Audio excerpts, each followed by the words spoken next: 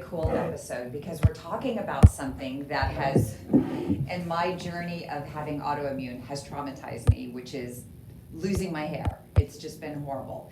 So Tracy, Loren, and Roger of Alcheme here at One Paseo in San Diego at Del Mar have an amazing place to go for possibly helping with the hair loss situation. You do so much more than that there. So we want to delve into how Alcheme came to be, because you take east, you take west, you combine the thinking. How did this begin? Well, on my healthcare journey, I started out, I was a hospital executive. I had 2 small kids, running ragged, always tired, going to world-renowned physicians and never feeling better. So I sought out a naturopathic doctor where I met Loren, who totally gave me a different journey of health. They looked at my blood work, analyzed my hormones, my micronutrient levels, gave me a whole care plan, supplements, IVs, and I felt enormously better. So I went back to my hospital. We had a 50,000 square foot wellness center, and I said, we have to incorporate naturopathic functional medicine into our wellness program, and they laughed me off. I was gonna say, this is a contemporary hospital. Yes. Okay. And they said, no, Mhm. that would not work. Mhm. And one of my executive friends, his wife kind of elbowed me and said, you should just open your own place. And I said, maybe I will. So, Okay, so how long ago was so this? this was probably about, I think about 2013, yeah, or maybe Yeah. 2014, that's when you were a patient at Yeah. the time. yes. Okay. And then fast forward a couple of years, Roger and I connected. And he, out of all the physicians I knew, was a little bit more, well, a lot more. Open-minded? Yes, a lot more open-minded. And said, I think this is a great idea.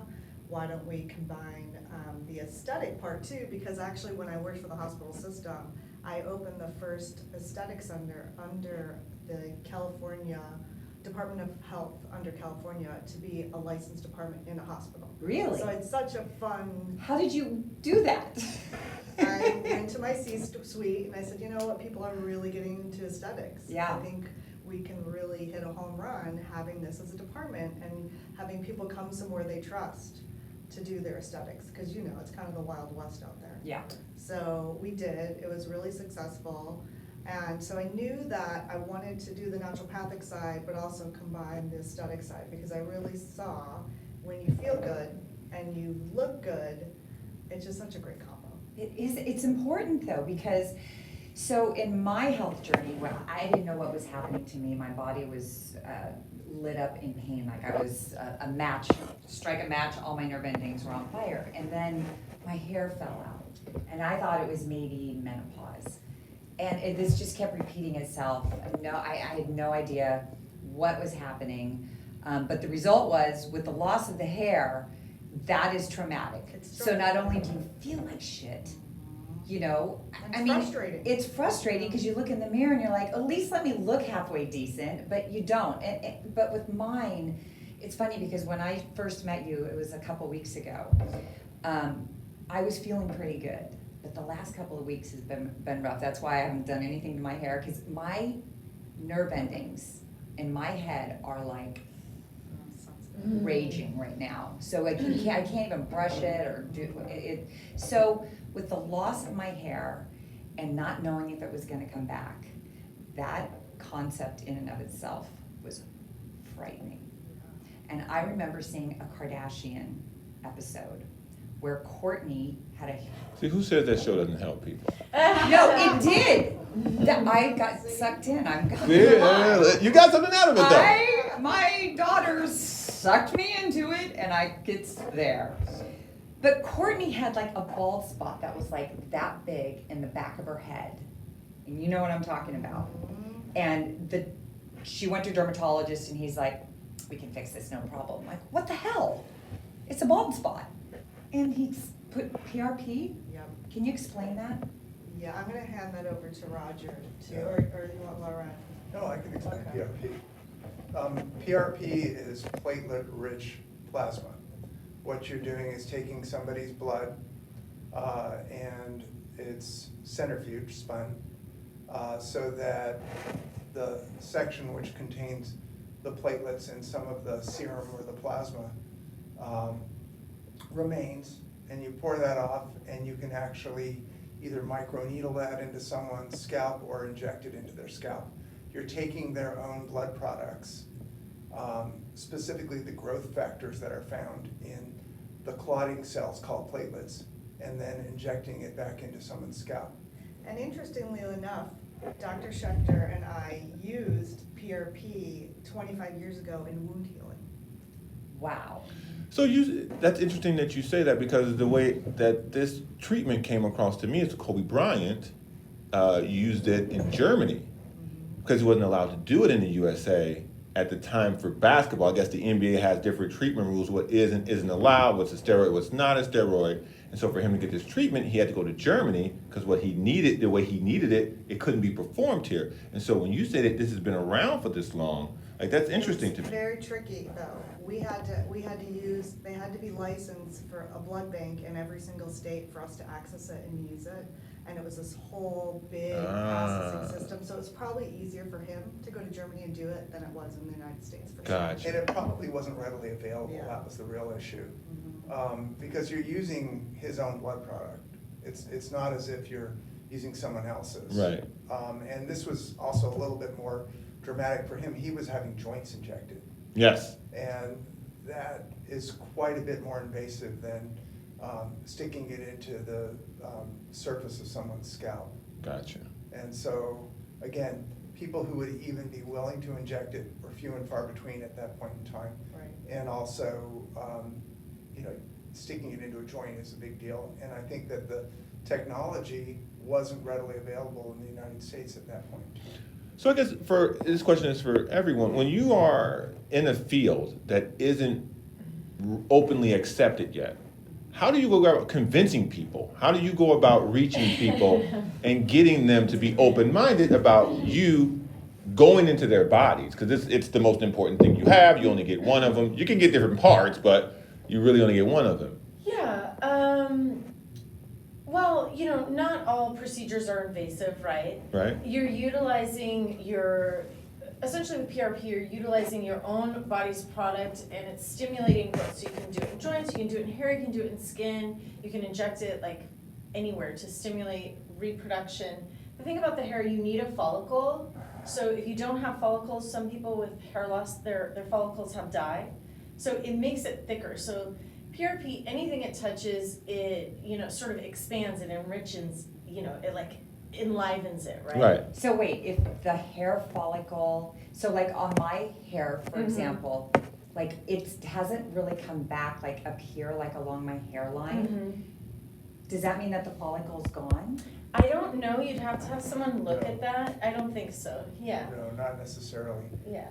Can I ask what autoimmune condition that you have? It's called small fiber sensory neuropathy. Oh, okay.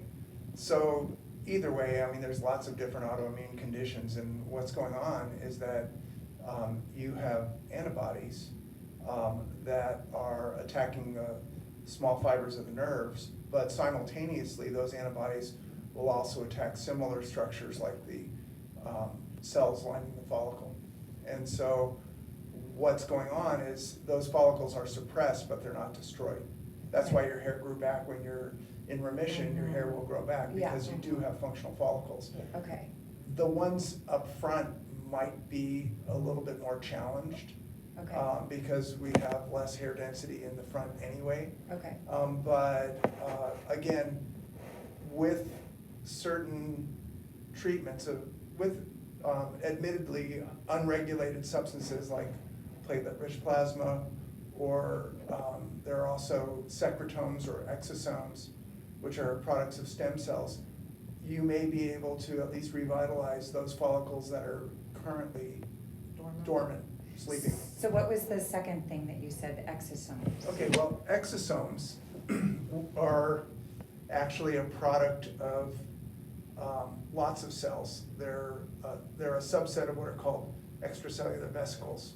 And Okay. they're little bubbles, which are not microscopic, but are actually submicroscopic. They're They're called nanoparticles, and they're little bubbles of fatty acids that are filled with growth-promoting molecules. Okay. And you can actually grow stem cells in tissue culture, give them different nutrients, and then they will produce these things which are potentially regenerative and certainly anti-inflammatory.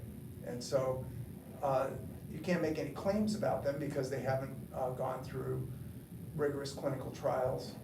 But anecdotally, they do provide a regenerative effect and probably have a more intense effect than even platelet-rich plasma.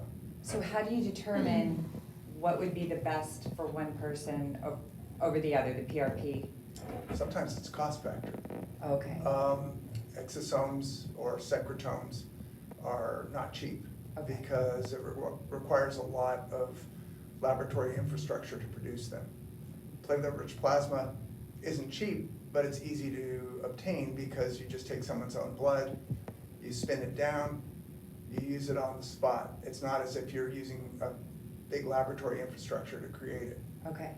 Nevertheless, one of the issues with platelet-rich plasma is that if you take somebody, as you age, so do your platelets.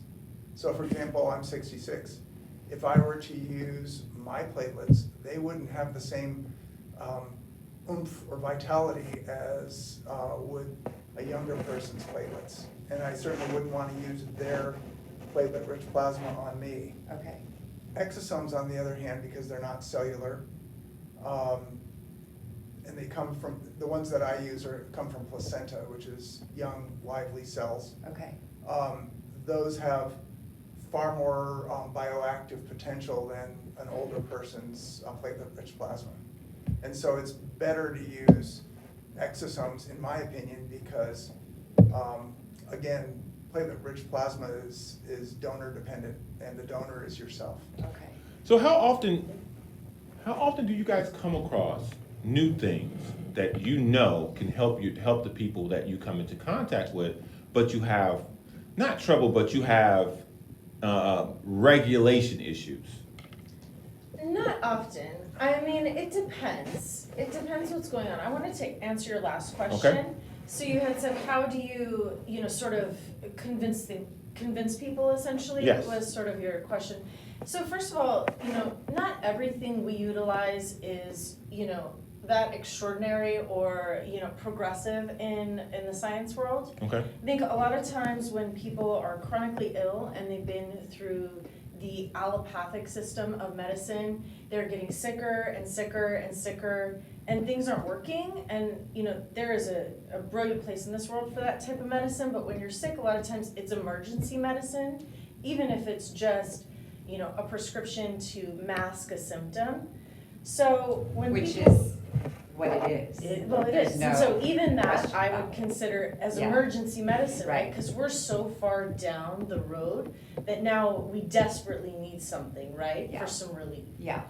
So people come to us in a space where they're half the time it's just out of sheer desperation. Like, I heard someone feels better from utilizing this type of medicine. Like, can you help me, right?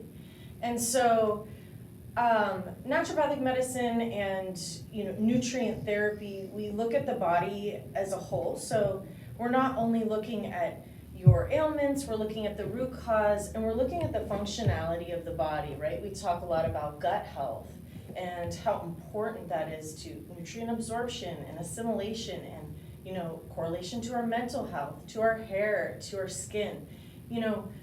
We're looking at the body to rebuild it, to put it back into balance, to give it the nutrition it needs through nutrient therapy, right? Whether that's IVs, injectables, but also supplementation, diet, thing like that, yeah, nutrition. So by quelling the inflammation and then replenishing the body, while we repair, right, we're giving that person a whole new substrate to live on, right?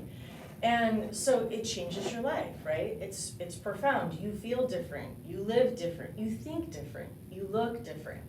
And so I think that people will come to this side, you know, either they've heard some great things about it, but also it makes sense, right? But it's also desperation. It is, I agree, and that's why I brought it up. Desperation opens up Totally. your mind to different modalities. And because we are set up in this society to want a quick fix. Yeah, So we want to go to the doctor with this. let me take this pill. And give me Um, that pill. Right? And okay, that pill doesn't work, give me another one. And then you're on all this stuff. It's screwing up other things because of the side effects, and then nothing works. And then you get into the world of wellness and you Yeah. discover what it's all about. It's unbelievable what is out there. And you're right, the gut is the source of so much of this. That even if you don't feel like you have gut issues, that doesn't mean anything. True. Well, let's think of it in simple terms, right? When we ingest in nutrition, we have to assimilate it. And, you know, and when I say nutrition, I just mean vitamins, minerals, macros, micros, right? You can think carb, fat, protein, you can think vitamins and minerals, but our gut is what assimilates it. You know, so that means it's responsible for breaking it down and then distributing it through the body into the cells. Right. So if you're having any impaired function there, it's going to impair the rest of your function. Yeah. You know, not to mention, I tell people this simple analogy. If you put water in a car, is it gonna go? That would be a no. No, you need gas, right? Yeah. So same thing with the human body. If we're putting something in it that it can't assimilate, that it's not breaking it down, it starts to break down. Now, of course, that's a really simple analogy, but But that's basically what it is, in You the know. most simplistic terms. Yeah. That's what Is it it is. is it harder to get people to do preventative care? yes. Because what you guys said is very true. It's emergency. I'm going now because I feel so bad. I now have to go to this place to at least mask until my body can recover. At what you guys offer, how difficult is it when you get someone in once you've gotten them balanced back to where the body needs to be to get them to now focus on preventative care so the next time they come to us, it's easier for you than it was you ran in here hurting, so to speak. That's not hard at all. You know, I would say you have a class of patients that are chronically ill that are seeking, extreme interventions or, fringe interventions, whatever you want to call it. But the majority of people come to us are seeking preventative. They're like, hey, I'm not feeling so great. I want to nip it in the bud, or Okay. I'm looking to maximize my aging. I'm looking to live an optimal life. Like, I want to perform at an excellent level, and I need to make sure my body's performing. Okay. Right? When you talk about professional athletes, they treat their body, that's Their the business, moneymaker. yeah. It's the business. So, that's that's the majority of what we do, Okay. right? And especially in our practice. So, Okay. the thing that's interesting is that one of the things that I try to emphasize just on social media is if you're well, take advantage of it. Stay well, learn how to be well. And the fact that the wellness community is there, it is a wellness community. They want you well, and there are so many options to keep you that way because, you don't want to pass this crap on down. And autoimmune is just epidemic. It really is. Chronic illness is epidemic. One of the questions that I have about autoimmune, and I just asked this to a colleague the other day, I said, well, what do you think, that we're seeing more of it because of the toxic exposures in our environment? Or are we seeing more of it because people are living longer and as a result are developing baggage, so to speak? And I think it's a combination of the two. For And sure. that's why you see it. Are you seeing any trends in at Alcheme with people who are coming in? I mean, can you identify the one thing that people complain Like about? I said, our practice is more focused on optimizing your health. Well, it's not that it's more focused, I think it's what we attract, right? And so you get a lot of people who, the modern woman, the modern man who's looking to feel their best, perform at their highest, look their best. And so they can utilize all of our resources to achieve that for themselves, right? I love that you do the inside, you do the inner wellness, and you do the outer wellness. I love that. I mean, I've never seen that before. We like to think we're groundbreaking. Yeah. I mean, I just think it's genius because, you know, if you go in and you're feeling like crap and you get a treatment, but then you come out and you've gotten some Botox, then, I mean, you know, it sounds simple, but it has a big impact. Well, if you look good, you feel good. Yeah. If you feel good, you look good. Yeah. I mean, there's a feedback between the two. Right. And I think, pardon me. No, go ahead. No, you're fine. Yeah, and I think, you know, so I've been with Tracy obviously for many years.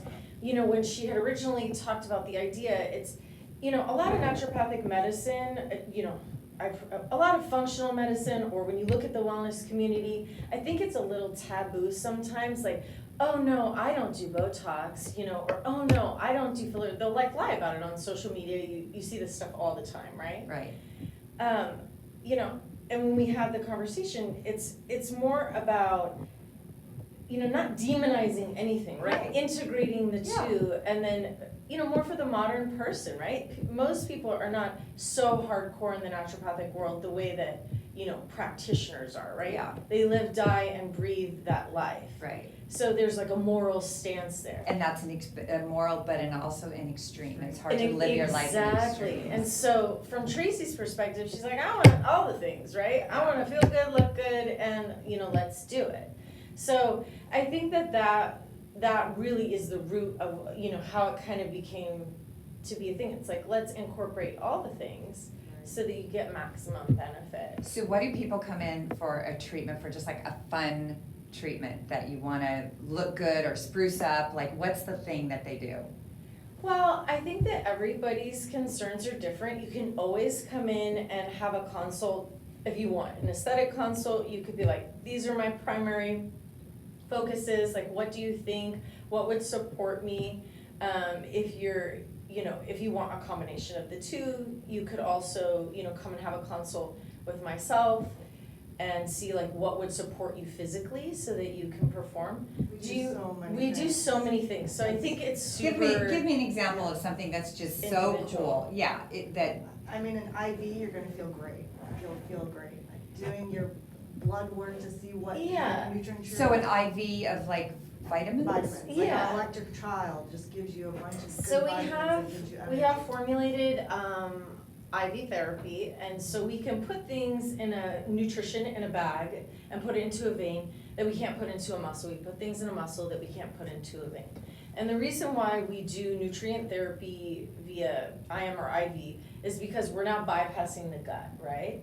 So when we have an impaired gut function and we need nutrition, we're not assimilating, we can just go straight to the vein, like literally. Okay. And, you know, it's also hydration, you know, you're also supporting, you're putting antioxidants into the blood, you're oxygenating the blood, you're hydrating the body. And, you know, they say it's utilized by the body for up to 2.5 weeks. That's very cool. Yeah. So, I've never done the IV.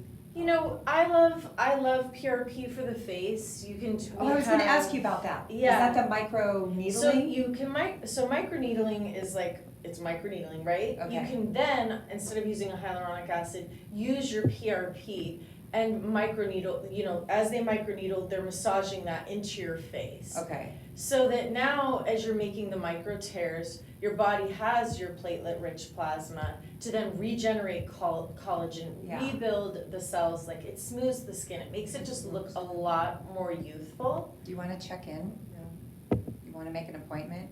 I'm looking. I look young. I look young. You Right. would have fun Oh, with but think Outskool. of how young we could make you look. You could be 12 years Well, old. listen, I don't look that young. Yeah. It's not. There's some advantages to looking right in at the age I'm at. Before I had problems, I'm pretty sure afterwards I'm gonna have problems. I'm in a sweet spot of skin color, like rejuvenation. I feel rejuvenated every time I wake up. I feel like as healers, because you guys all strike me as healers. Obviously, you're in the business of making people feel better. But as individuals, obviously not marriage. How did you get to where you got, where you realized, I want to help people? And then watch it materialize. Like, obviously, you went to a lot of school as a doctor. You read a lot. We haven't really gotten to you that much, but Well, the helping thing with me, I mean, it was sort of in my personality. okay. I would help people with their homework, I'd help people with their papers, I'd help people study, and, you know, if there was somebody in distress on the street, I would help them. And so it came naturally. Okay. It wasn't a lifelong desire to be a doctor either, it was just something that evolved. Okay. It's a big evolution, a big commitment. Yeah, I think naturally, we're all kind of, if you're in this industry, you're naturally a helper. yeah. You want to help people, and you love seeing the result. Yeah, yeah, the results are huge. So if there's one tip from the wellness community that you could give, that you've seen that works, what could that be? One tip from the wellness community? Yeah, from what you've seen in your practice, some tip that you could give to the general public. I mean, a pretty lofty question, but I would say let's start with the basics, right? Like, are you sleeping well? Are you drinking water? Are you pooping regularly? You know, most people say Okay. no to all of those things. So- And I'm Well, like, people don't like to tell you when they poop. you That's kind don't of like sleep, you No. don't sleep, you don't drink. Yeah. How many times a day do you poop? depends on what day it is. Yeah. So I just heard something today. I'm good for like one. Okay, you're constipated then. What? According to what? I So heard. Really? Yes, that if you only go once a day, that you're considered constipated. So here's the, It's just like the body mass index where this chart does not necessarily fit the average person Tell me anymore. what your poop looks like. here's, please don't. But here's the tip, and this is the main tip, and that is, eat a plant-based diet overall. I mean, sure, it's fine to eat other things, but if you eat a plant-based diet, you're definitely gonna poop more than once a day, as long as you stick with it. And I think that that's the thing that will not necessarily increase lifespan, but likely. But the most important thing is that will increase somebody's health span. See, but Meaning the how thing is, long they're gonna feel good in life. when I'm in there, I'm in there. Like, I'm not like a 2-minute pooper. Yeah. Like, when I'm in, I mean, we're gonna talk about it. When I'm in there, I'm in there. Like, yeah, it's like surgery. I'm in there like 25 minutes. Like, Well, we appreciate you sharing. well, yeah, I mean, you know, So you're saying your long poop I'm a long pooper. I'm not a is short equal pooper. to somebody's Like- 2 or 3 a day? Right. My one poop's like 3 poops. Well, I yeah, mean- but in general though, the one tip is. That's Roger's tip, right? Yeah. So, and that's valuable. I think that it's important that you're eating whole foods, right? Right? So it's whole, real food. If your food, organic. If your food has a label, if it has a definition, if you have to Google it, you know, we want it to be a plant, a fruit, a grain, an animal, like just something very, very back to basics in nature that hasn't been polluted with chemicals, hormones, you know, injected with stuff. So can you break that part down though? When you say it has a label, can you explain what that means to people? So when you buy an apple at the store, right? It has a sticker, it might say, it's a Fuji organic apple. But when you buy a box of cereal or even rice, there's a label on it, right? It's a packaged food. So even rice is gonna be, you're gonna wanna have less grains than you are fruits and veggies and, you know, meat, right? Right. So that's what I mean by a label. Is it processed? Does it require much, or could you pick it off of the earth, or, you know, and eat it essentially? Right, and There's a What do they say? really Hunt it, good pick it, grow documentary it. that I recommend. I think it's on Netflix or Amazon. It's called In Defense of Food. And the main theme Oh, Michael is, Pollan's. right, Mhm.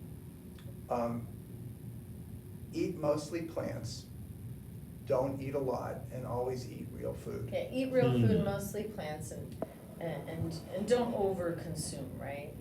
I was listening to a podcast a couple days ago, and this winemaker who brings natural wines over from France, he eats 1 meal a day, and it's plant-based. He's not hungry, because we're designed to, you know, our funness in life is around food and around dining in the kitchen.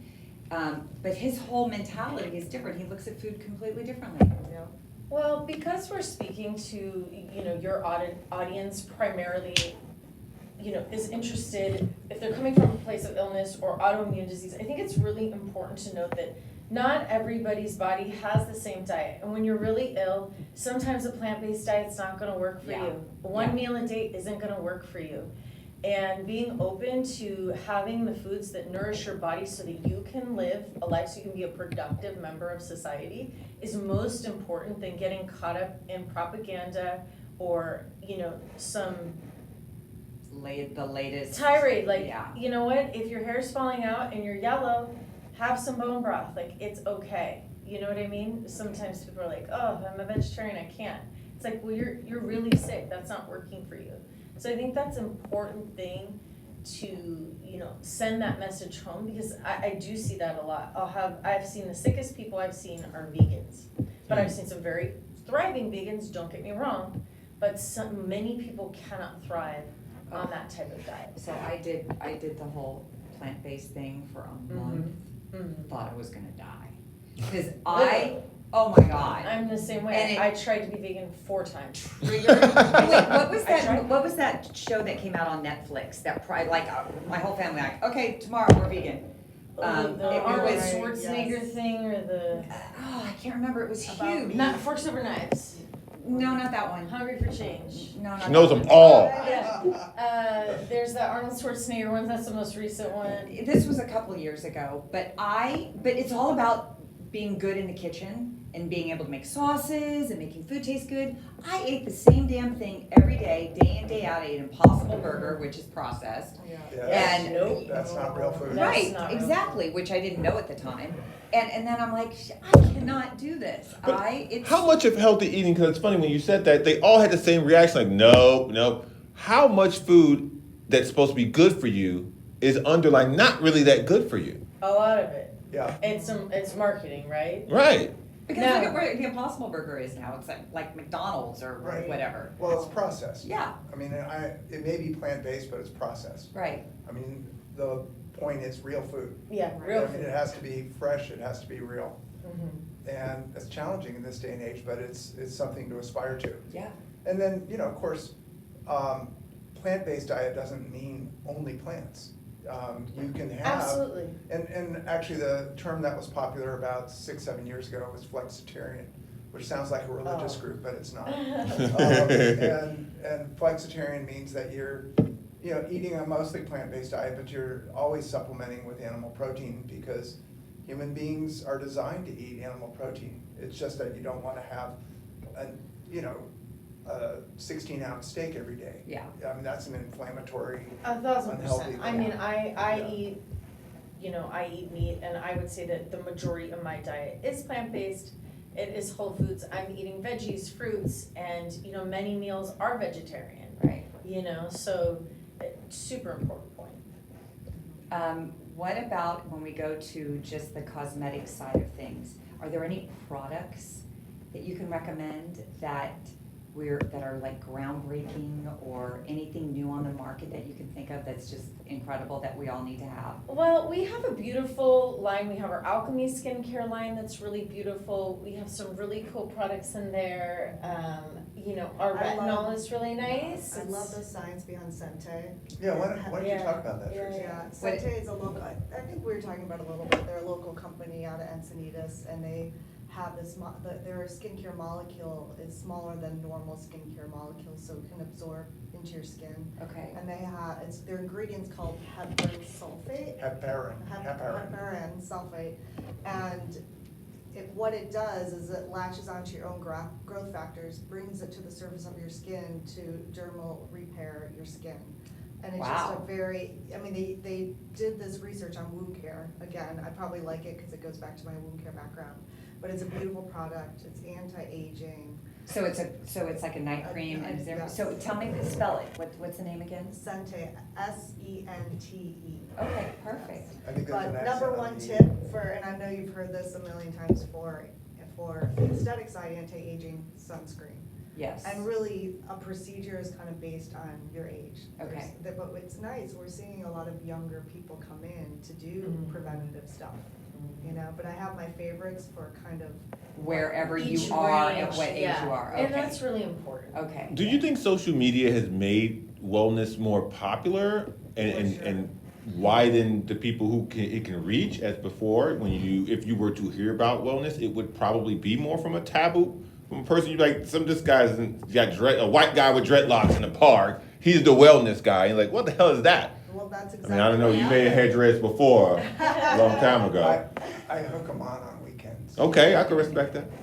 But that's exactly what happened when I was in the hospital system. I came about 10 years ago when I approached this whole idea of functional medicine, integrating it into our wellness center. It was the older gentlemen, doctors and executives who thought it was taboo and not science-based. Right. And just well, you worked with a lot of these people. Yeah, well, the problem is they're closed-minded. Yeah. And really, the model that everyone is taught, including what I was taught in medical school, was reactive, not proactive.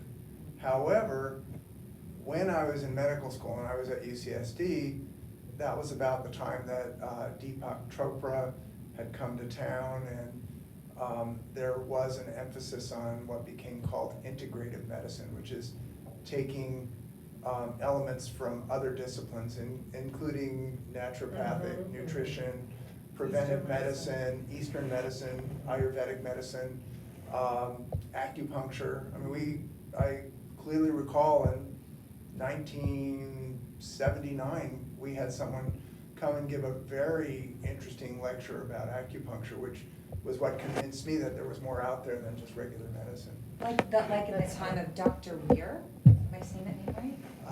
From WEIR, he's well known in terms of like he's a cancer researcher, but he also does alternative medicine. I remember him when I was a kid. Yeah. I don't think I'm saying it's WEIR. It's where. Yeah. I'm not. Where is he? Haha. I think he's. I don't know where.